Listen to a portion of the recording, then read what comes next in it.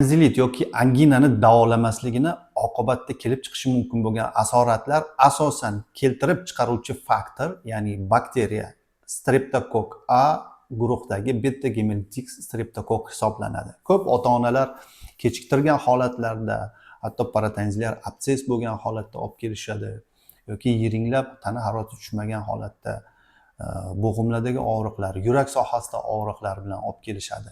Ya'ni bu kechiktirish holati asoratlarga sabab bo'lishi mumkin.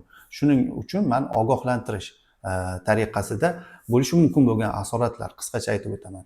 Ya'ni bu revmatizmga olib keladigan eng asosiy kasallik hisoblanadi.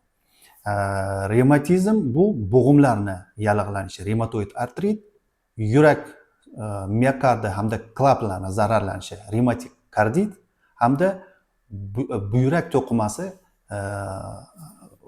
yallig'lanishi yoki zararlanishi